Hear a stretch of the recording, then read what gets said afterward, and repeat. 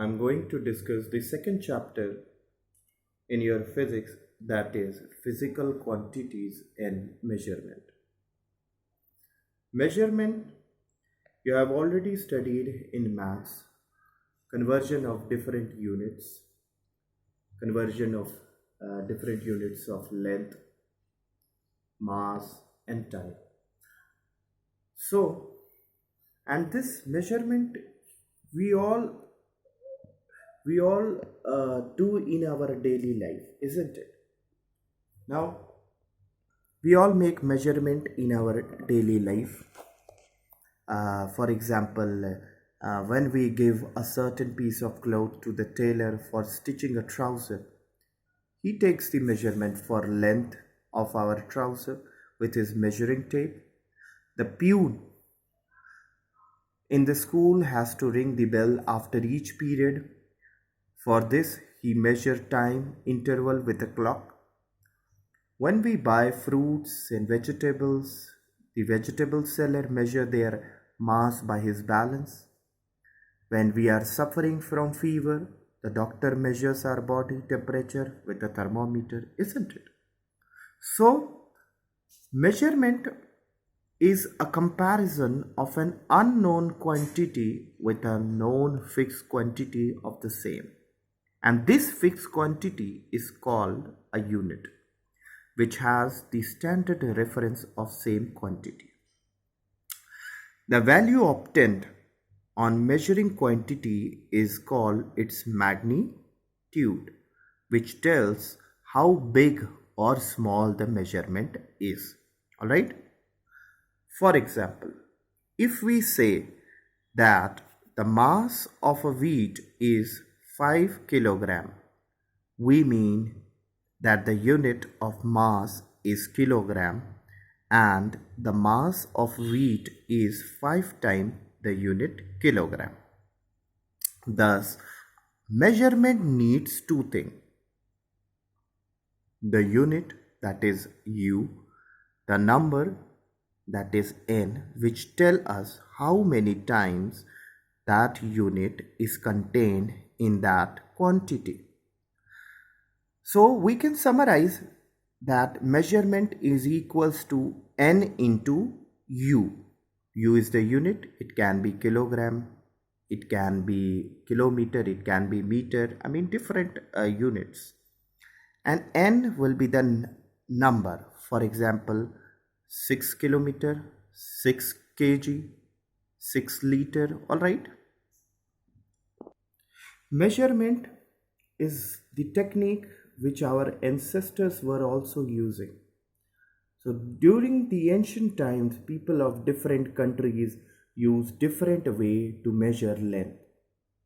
The most advanced civilization of that time, Egyptians and Babylonians, used the forearm, finger and palm to measure the length.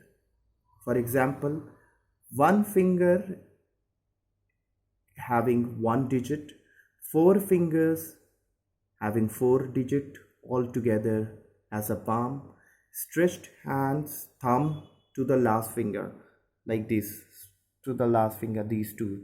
This one is the little finger or a pinky finger, and this. So that, and the most famous measurement was cubit. Now, cubit was measured from the elbow to the middle finger. And if we compare cubit with this meter, it is around 4572 meters approx. But in some part of the world, they used a different way of measurement. Romans and Greek, they were measuring not in cubit, they were measuring in foot. Feet is the plural form of foot, and 1 foot, Greeks, they measured 1 foot is equals to 9 inches approximate. But the Romans believed 1 foot is equals to 11.28 inches approximate. Now, so different places the foot was different, isn't it? They also defined foot as pes and the plural form pedes. So one thumb, the length was around 1 inch as they assumed, and 3 times of pes, or we can say 3 times of foot, was equals to 1 yard. And if we compare the pes with the meter, it was around 0.3048. All right, which was different from the Egyptians. Egyptians measure 1 cubit as 0.4572. So there was a difference. Now steps was equals to 2.5 of pedes. If we convert this, it will be around 0.74 meter, and pace as 5 pedes, which if we convert it into meter, it will be around 1.48 meters. Like Egyptians and Romans, Indians also use the technique of measurement with fingers and fist. In this chapter, it is mentioned over here, all these things, standard units of measurement under this. It is not having detailed, and I also just for your information I shared all these things. Even the Indians also used fingers or mutti or fist. We can see flower sellers using their forearms as a unit of length for garlands in many town of India. Many such body parts continue to be used as the unit of length when convenient. So all these measurements was depend on the body part, isn't it?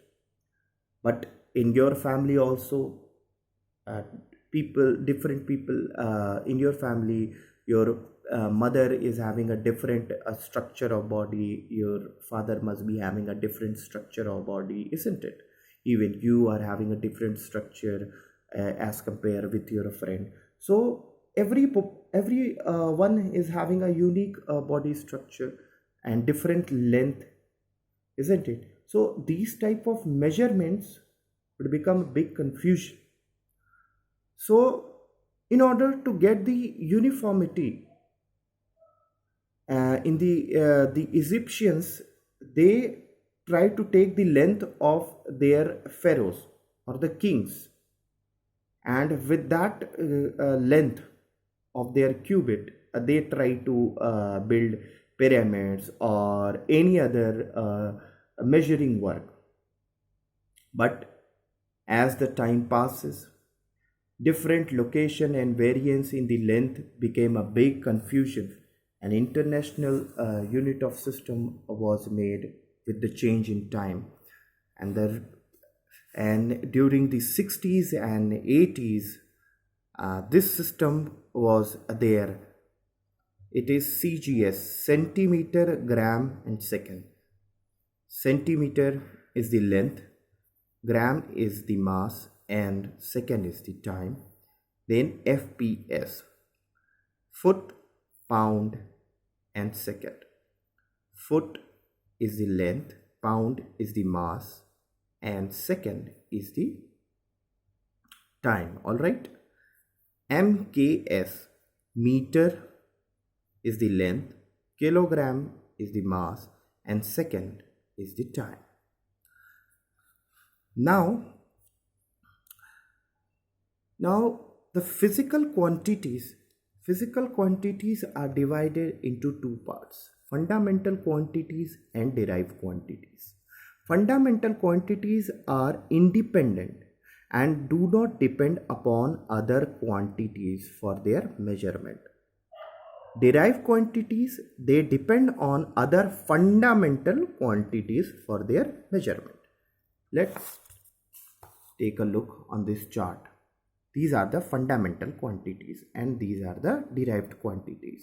Now length, mass, time, temperature, current, luminous intensity, amount of substance, they all are fundamental quantities, and their units are here written, all right, and the symbols of the units are here. Now here derived one, for example, if I take area, length into breadth, with two quantities, two fundamental quantities, there's of same fundamental quantities. So if I take randomly this speed or velocity, distance is the length, all right, time is second, distance is the length, so meter upon second. We can represent it this way as well, all right, -1. If we are dividing m upon s, we can write m, have a space s, and then over here -1, this way, all right.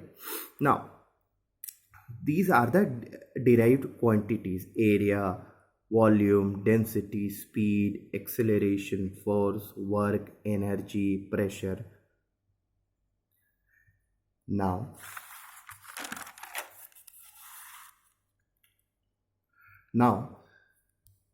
need for standard unit system, all right. Why we need a standard units? It is well defined and accepted internationally.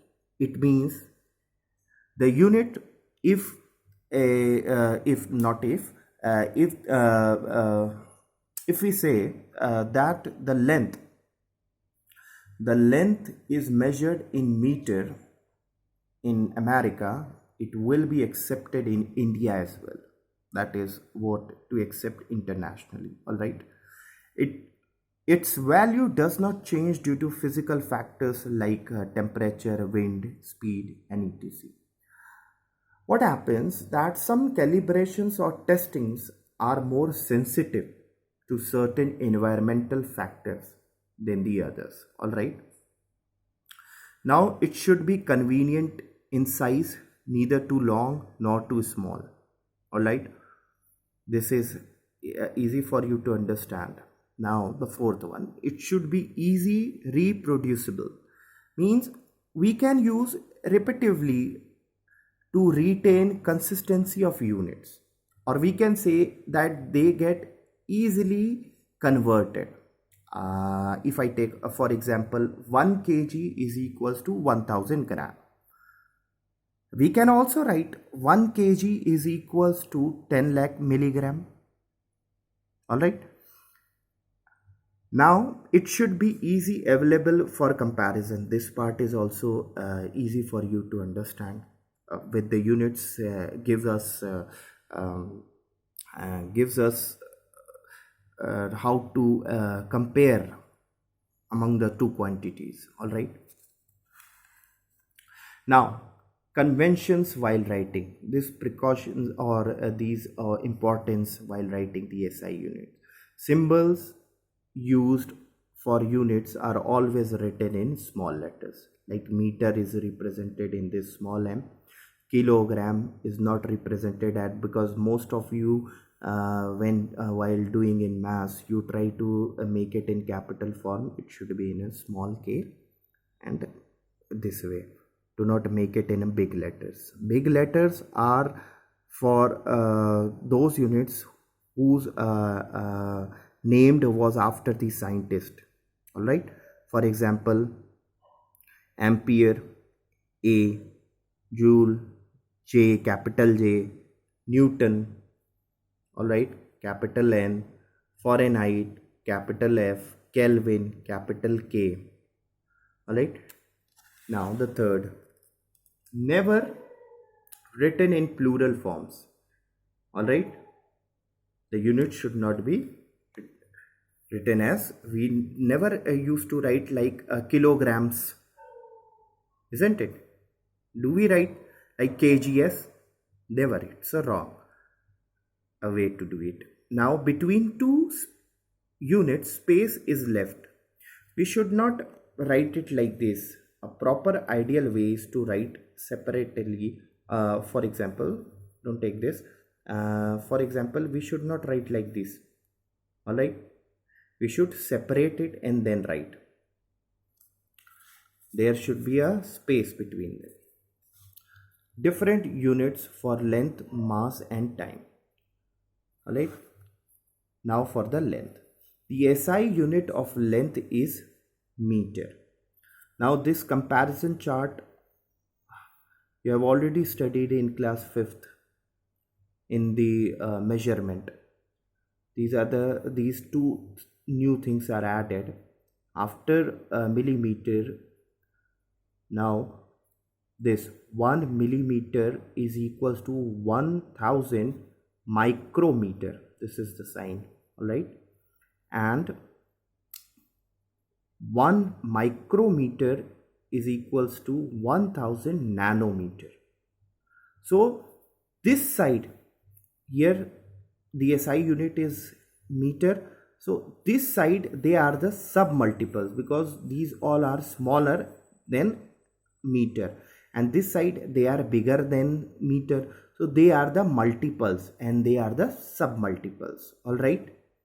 Now standard sub multiples for a length is 1 centimeter is equals to, can we write like this, 10 to the power minus 2 or 1 by 100, isn't it? 1 millimeter is equals to 1 upon 1000, or we can write 10 to the power minus 3 m. They are the sub multiples, smaller than meter. Now multiple which are bigger than 1 kilometer is equals to 10 to the power 3, means 1000 meter. 1 hectometer is equals to 10 to the power 2 or 100 meters. 1 decameter is equals to 10 to the power 1 or 10 meter. Clear? What's the concept of multiple and submultiple? So with this, the definition of meter is 1 meter is defined as the length of the path traveled by light in vacuum in specific time interval, and 1 light year is equals to 9.5 into 10 to the power 15 meter. Okay. Now for mass. The SI unit of mass is kilogram. In 1889, 1 kilogram was defined as the mass of cylinder of platinum iridium alloy kept at the International Bureau of Weights and Measures at the Sèvres near Paris. Now this chart also you have studied in class 5th, the comparison chart.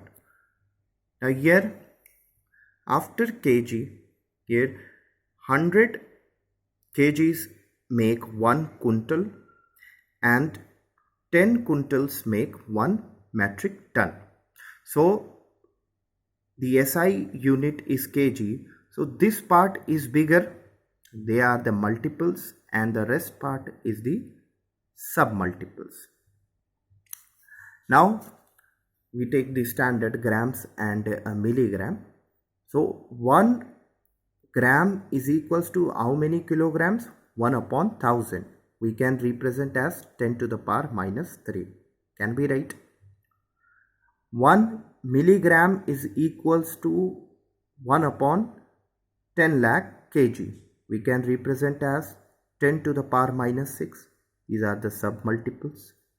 Now the multiple part. 1 metric ton is equals to 1000 kg.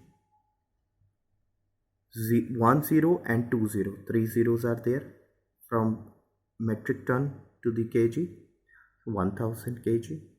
And 1 quintal is equals to 100 kilogram. Clear? Now 1 pound is represented as small lb, and which is equals to 453.59 grams.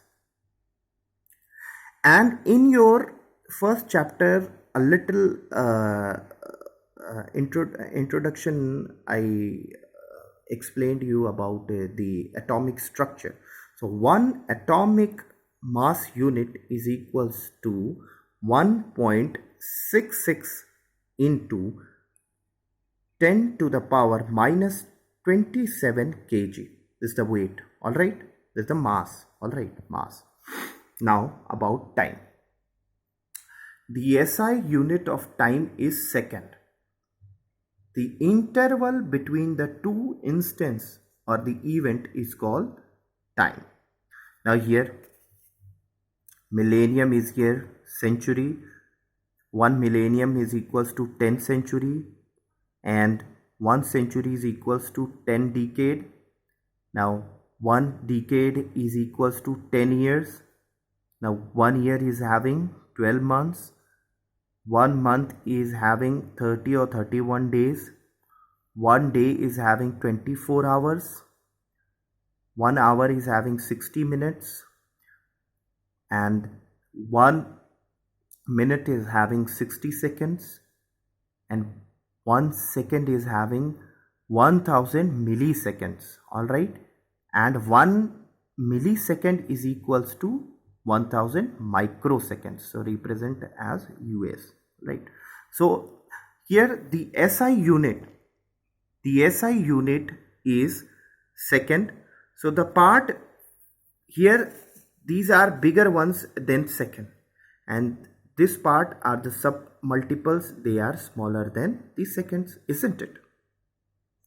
So standard one, if we take 1 day is equals to 24 hour. So if we change into minutes and then minutes change into seconds, so we get 86,400 seconds, which is a solar day, 1 solar day. 1 year is equals to 365 days into this solar day, 86,400 second. The answer will come 3.15 into 10 to the power 7 seconds. Clear? Now about the temperature. Temperature measures the degree of hotness of a body, and the SI unit of temperature is Kelvin, represented as K.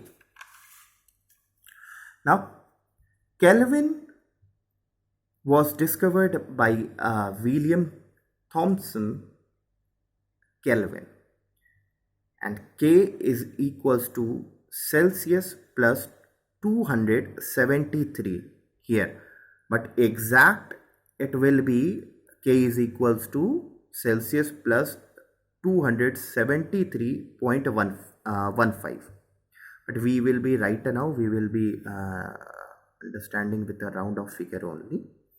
Now Celsius was discovered by Andres Celsius, and which is equals to 5/9 within the braces Fahrenheit minus 32.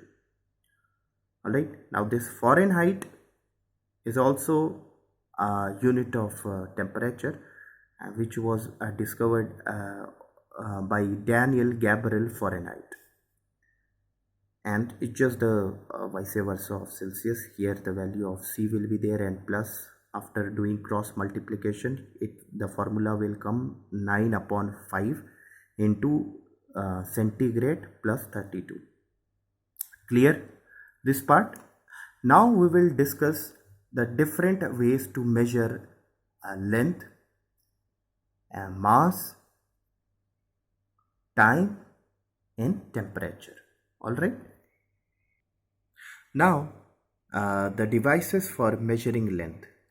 We try to measure length by two devices, that is first a meter ruler and a measuring tape.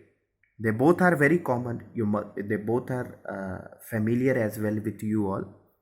You must have seen this meter. It's a meter scale, isn't it? Now how to measure with the help of this meter scale? What is the correct way? Place the scale in contact with the object along its length as shown in the figure. 3. All right. Now in some scale the ends may be broken.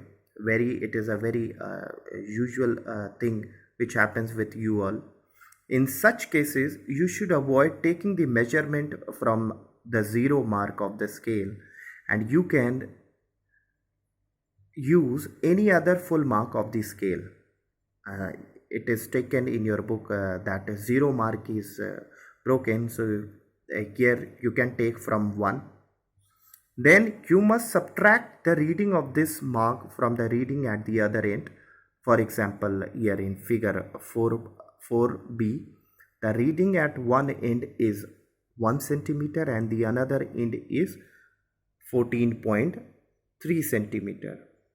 Therefore, the length of the object is 14.3 minus 1. The answer will be coming 13.3 centimeter. Now, correct position of the eye is also important for taking measurement. Your eyes must be exactly in the front of the point where the measurement is to be taken. Now look over here. The correct position is this, not this, not this, because if you will see from here, you will read this. If you will be here, you will read this part, isn't it? So it's better for you to read just perpendicular. All right, this is the correct reading. Now another device is the measuring tape. Wait, this measuring tape. All right, now here in the curve side, if suppose if a tailor is marking here from 5, so from this, if it is coming this much, so it will be 8 minus 5. All right, 8 minus 5. For example, if it is 5 and here it is 8, so 8 minus 5. This way we can measure the curve parts, which is not possible with the meter scale. So measuring tape is used over there, especially by the tailors, because our body is also having curves, isn't it? Now about mass. Mass, look over here. This is the old traditional way. The principle of beam balance, here it is having a pointer. These are having a beam, and this is string which is inextensible, which cannot be extended. All right, and left and right pan is there, which is having an equal mass, and pan should be suspended with string of same length and mass. When no object is placed on either pan, the beam should be horizontal and pointer vertical, like this. It is pointing vertically, right? Now the object with no unknown mass is placed on the right pan, and the standard weights. What are the standard weights? Here you must be familiar with these, especially vegetable sellers, they use it. They are the standard weights, isn't it? Now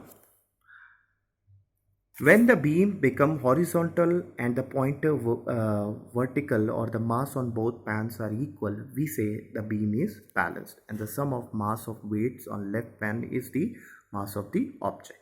Now here the physical balance.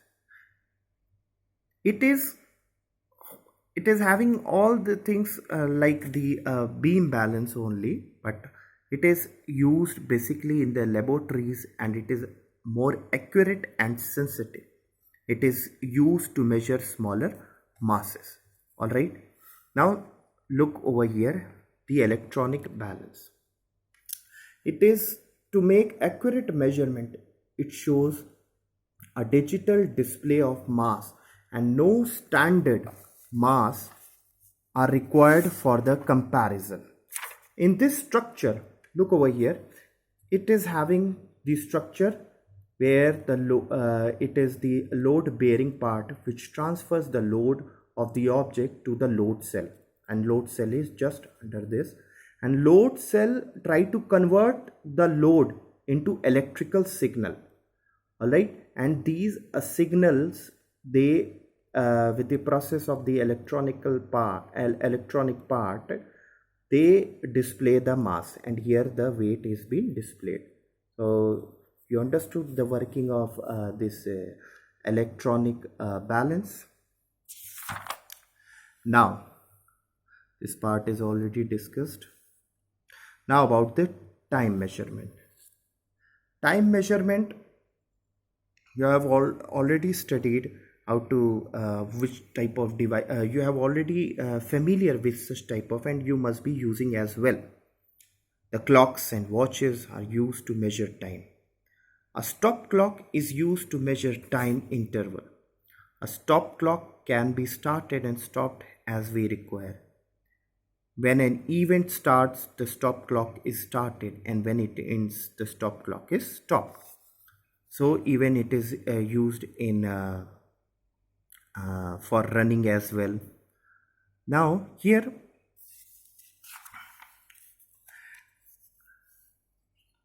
in a 24-hour clock system, there are two ways: 24-hour clock system and 12-hour clock system. So a 24-hour clock system is internationally accepted one, and the reason is that because it avoids the confusion. There is no need to write AM or PM after the time. Generally it is having this is for hour and this is for minutes format. Clear? These are the different which you see while in the airways schedule, we can say. Now about the pendulum. For pendulum, I just draw to make it more clear. Wait. Pendulum. See, this is a stand on which it is having a pivot joint. You must have studied in science as well about pivot joint. So this is a bob, metalled bob, and this is this massless string. Why? Because if the mass will carry, it will affect the motion of the bob as well. Now here this is to and this is fro. This to and fro motion we say it as oscillation, and from here if it is going, and if it is to and fro of one makes 1 second, but one oscillation makes 2 seconds, and which helps the second clock to move. This is the working of pendulum. All right. Now device used to measure temperature, that is thermometer. Thermometer is of two types: laboratory thermometer and clinical thermometer. In laboratory thermometer, temperatures during an experiment in laboratories, we try to use this thermometer basically in the laboratory itself. Look over here, the shape. Mercury is here, lower point, a thin bore or a glass tube is there just inside this thermometer. Stem is there and the upper fixed point. Alright. Now the second one, clinical thermometer. Look over here, bulb is there. Now here a kink is there, and kink is used because that ensures the mercury level does not fall into the bulb while noting the temperature, thereby giving us time to note the reading. All right, and rest all the marking are just the same. Now the purpose to have mercury in the thermometer, because it is having a high melting point, that is around minus 39 degrees Celsius, and high boiling point, that is 357 degree Celsius. So, and secondly, it does not stick on glass tube as well. Does not stick on this glass tube as well. So that is why here mercury is used. Now laboratory thermometer, Here it is from minus 10 degree to 110 degree centigrade, means the freezing the range is from minus 10 degree to 110 degree centigrade. So this is generally used for the laboratory purpose, not for the clinical purpose, because here in clinical thermometer it is used to record the temperature of human body, and the human body temperature is around 37 degree centigrade or 98.6. How it came 98.6? With the formula which I have already discussed with you, and the marking is from 35 degree centigrade to 42 degree centigrade. All right, now about the area. For the area,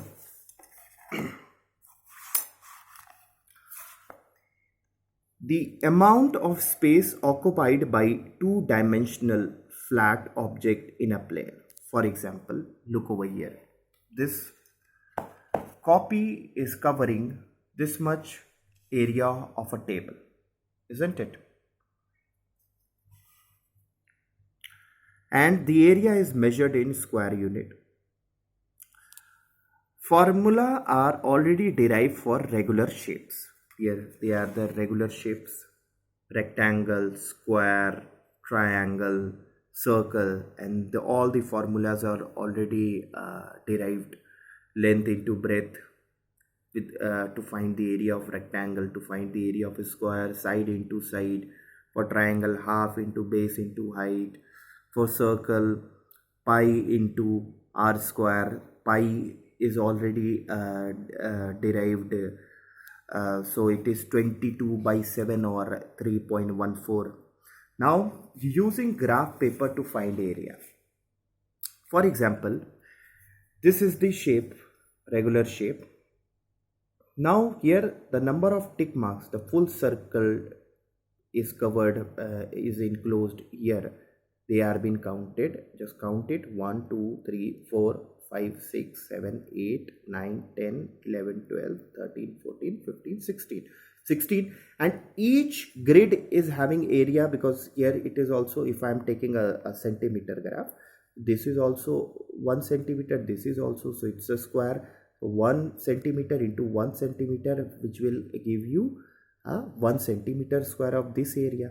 So this number of ticks into area of the one grid, if you multiply with this, or we can say area of one square,